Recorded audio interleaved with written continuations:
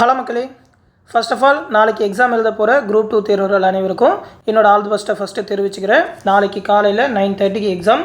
கண்டிப்பாக எல்லோரும் ரெடியாக இருப்பீங்கன்னு சொல்லி நினைக்கிறேன். இந்த வீடியோவில் அந்த ஹால் டிக்கெட் இன்ஸ்ட்ரக்ஷன், அது மட்டும் இல்லாமல் ஹாலில் எப்படி நடந்துக்கணும், அது மட்டும் இல்லாமல் லாஸ்ட் மினிட் டிப்ஸ் மட்டும்தான் பார்க்க போகிறோம். எக்ஸாம் ஹாலுக்கு வர வேண்டிய நேரம் 8:30 அப்படின்னு சொல்லியிருக்காங்க. 9 மணி வரைக்கும் அலோவ் பண்ணுவோம் அப்படின்னு சொல்லியிருக்காங்க.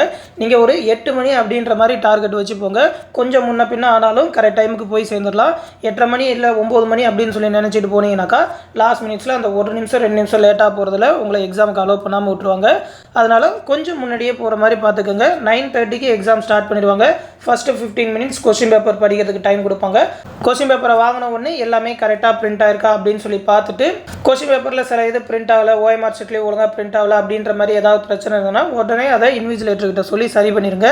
எக்ஸாம் சென்டருக்கு பார்த்தீங்கன்னா நீங்கள் ஹால் டிக்கெட்டோட ஜெராக்ஸ் கொண்டு போகணும். கலர் ஜெராக்ஸாக இருந்தாலும் சரி, பிளாக் அண்ட் ஒயிட்டாக இருந்தாலும் சரி, 2 ஜெராக்ஸ் எடுத்துக்கோங்க. ஏன்னா ஹால் டிக்கெட்டில் ஏதாவது பிரச்சனை இருந்ததுனாக்கா ஒரு ஒயிட் பேப்பரில் உங்களோட அந்த ரோல் நம்பர் எல்லாமே எழுதி கூடவே இதோட ஜெராக்ஸும் இணைச்சி கொடுக்குற மாதிரி இருக்கும். அதனால் 2 ஜெராக்ஸ் எடுத்துக்கோங்க. உங்களுக்கு ஹால் டிக்கெட்டில் எந்த விதமான தப்பும் இல்லைன்ற மாதிரி இருக்கலாம், இருந்தாலும் எடுத்துகிட்டு போங்க. எக்ஸ்ட்ராவாக ஒரு காப்பி இருந்ததுன்னா அதை எக்ஸாம் ஹாலுக்கு வெளியே வச்சுட்டு போயிடலாம்.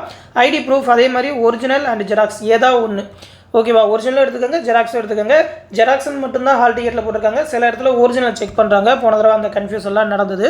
அதனால் ஒரிஜினல் அண்ட் ஜெராக்ஸ், ஆதார் கார்டோ பேன் கார்டோ ஓட்டர் ஐடியோ உங்களோட ஃபோட்டோ தெளிவாக இருக்கிற மாதிரி பார்த்து எடுத்துக்கோங்க.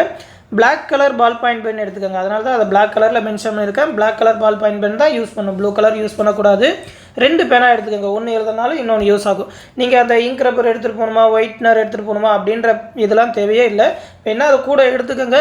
ஆனால் முடிஞ்ச வரைக்கும் அதை யூஸ் பண்ணவே கூடாது. யூஸ் பண்ணாலே ஏதாவது ப்ராப்ளம் ஆகிரும், ஓஎம்ஆர் ஷீட் இன்வால்வ் ஆகிற மாதிரி ஆயிரும். அதனால் கரெக்டாக ஃபில் பண்ணுங்கள். ஓஎம்ஆர் ஷீட் எப்படி ஃபில் பண்ணுறதுன்ற இன்ஸ்ட்ரக்ஷன்லாம் ஆல்ரெடி கொடுத்துருக்கேன். அதோட வீடியோ லிங்க் கூட இந்த வீடியோ கீழே டிஸ்கிரிப்ஷனில் கொடுக்குறேன், பார்த்துக்கோங்க.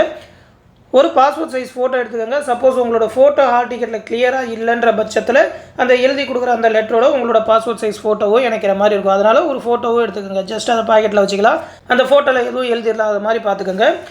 உங்களுக்கு தேவைப்பட்டால் வாட்டர் பாட்டில், கர்ச்சிப்ஸ்லாம் எடுத்துகிட்டு போகலாம். வாட்டர் பாட்டில் வந்து கொஞ்சம் டிரான்ஸ்பரண்ட்டாக இருக்கிற மாதிரி, எதுவும் எழுதியிருக்கிற அந்த மாதிரி ப்ளைனாக இருக்கிற மாதிரியான வாட்டர் பாட்டில் எடுத்துப்போங்க. அப்படி இல்லைனாக்கா ஏதாவது கடையில் அந்த 1 லிட்டர் வாட்டர் பாட்டில் ஸ்டிக்கர் பேப்பர்லாம் எடுத்து போட்டுட்டு அதை கூட கொண்டு போகலாம். கர்ச்சிப் கண்டிப்பாக கொண்டு போங்கன்னு தான் என்னோட அட்வைஸ். ஏன்னா பார்த்தீங்கன்னா நீங்கள் உங்களோட இடது கை பெருவிரல் ரேகை அதில் வைக்கிற மாதிரி இருக்கும். அதில் வந்து பிளாக் கலர் மையில் வச்சு வைக்கிற மாதிரி இருக்கும். சப்போஸ் அந்த மை உங்களோட ஓஎம்ஆர் ஷீட்டில் எங்கேயாவது பட்டுட்டுனாக்கா அது ஸ்கேன் பண்ண முடியாமல் இன்வால்வ் ஆகிற மாதிரி இருக்கும். அதனால் நீங்கள் அந்த மையை வச்சதுக்கப்புறம் உடனே உங்களோட விரலை துடைக்கணும். நீங்கள் பெஞ்சில் எங்கே துடைச்சாலும் அது அப்படியே மார்க்காகவே இருக்கிற மாதிரி இருக்கும். அதில் ஓஎம்ஆர் ஷீட் பட்டால் பிரச்சனை ஆயிடும். அதனால் ஒரு கர்ச்சீஃப் வச்சுக்கோங்க. வாட்ச் கட்டிட்டு போகலாம். நார்மல் வாட்ச் கட்டிட்டு போகலாம். டிஜிட்டல் வாட்ச்லாம் வேணாம். நார்மல் வாட்ச் கூட சில இடத்துல அலோவ் பண்ண மாட்டாங்க. சப்போஸ் அலோவ் பண்ணலனாக்கா இன்விஜிலேட்டர் அப்படியே கலட்டி பெஞ்சில் வச்சுட்டு போயிடலாம். செல்ஃபோன்ஸ் மற்றது எதுவுமே கொண்டு போவேணாம். ட்ராவல் பண்ணி தான் போவீங்கன்றதுனால பைக்கு இந்த மாதிரிலாம் கொண்டு போவீங்க. அந்த மாதிரி ஏதாவது கொண்டு போனால் போய் எக்ஸாம் ஹாலில் உட்காந்த உடனே பெஞ்சு மேலே எல்லாத்தையுமே எடுத்து வச்சுருங்க. பர்ஸ்லாம் கொண்டு போகாதீங்க. ட்ராவல் பண்ணி பஸ்ஸில் போகிற மாதிரினாக்கா காசு வேணால் கொஞ்சம் வச்சுருக்கலாம். அதில் எதுவுமே எழுதிடாத மாதிரி பார்த்துக்கோங்க. நீங்கள் உட்காரப்போ உங்களோட பெஞ்சை சுற்றி எந்த விதமான பேப்பரும் இருக்கா இல்லையா அப்படின்னு சொல்லி செக் பண்ணிவிட்டு உட்காருங்க. சப்போஸ் ஸ்குவாட் வந்து செக் பண்ணாக்கா அதை நீங்கள் தான் வச்சுருக்கீங்கன்ற மாதிரி நினைப்பாங்க. அதனால் முடிஞ்ச வரைக்கும் முன்னாடியே நீங்கள் செக் பண்ணிடுங்க. பெஞ்சில் ஏதாவது எழுதியிருக்கா, இல்லை பெஞ்சில் ஏதாவது பேப்பர் ஏதாவது இருக்கா அப்படின்னு சொல்லி எல்லாத்தையுமே செக் பண்ணிக்கோங்க. யூஸ்வலாக இது சொல்கிற இன்ஸ்ட்ரக்ஷன் தான், ஓகேவா? அதுக்காக பயந்துக்கிட்டுலாம் போவேன்னா ரொம்ப நார்மலாக தான் இருக்கும். எனக்கு தோணுன வரைக்கும் நாளைக்கு எக்ஸாம் ரொம்ப ஈஸியாக தான் இருக்கும்னு சொல்லி நினைக்கிறேன். ஏன்னா பார்த்தீங்கன்னா குரூப் 4 ரொம்ப டஃப்பாக கேட்டதுனால நிறைய விதமான பிரச்சனைலாம் வந்ததுனால ஸ்கூல் புக்ஸ்லேருந்து தான் கொஸ்டின் கேட்பாங்க அப்படின்னு சொல்லி நம்புகிறேன்.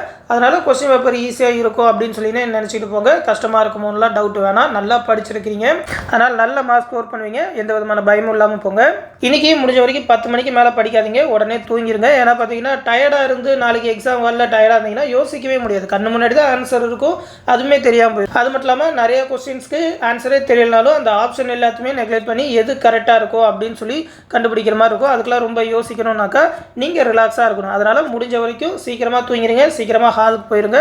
ஒரு 10-15 நிமிஷம் அங்கேயே நல்லா ரிலாக்ஸ் ஆகிட்டு ரெஸ்ட் ரூம்லாம் போயிட்டு அதுக்கப்புறம் எக்ஸாம் ஹாலுக்குள்ளே போங்க.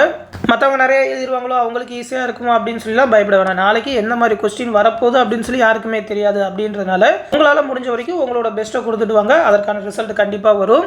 எல்லாருமே நாளைக்கு நல்லா எக்ஸாம் எழுதுவீங்க அப்படின்னு சொல்லி என்னோட ஆல் தி பெஸ்ட்டை மறுபடியும் தெரிவிச்சுக்கிட்டு இந்த வீடியோவை முடிச்சுக்கிறேன். தொடர்ந்து டிஎன்பிஎஸ்சி பற்றின அப்டேட்ஸை தெரிஞ்சுக்க நம்ம சேனலோட இணைஞ்சிருங்க. அடுத்த வீடியோவில் சந்திப்போம். நன்றி.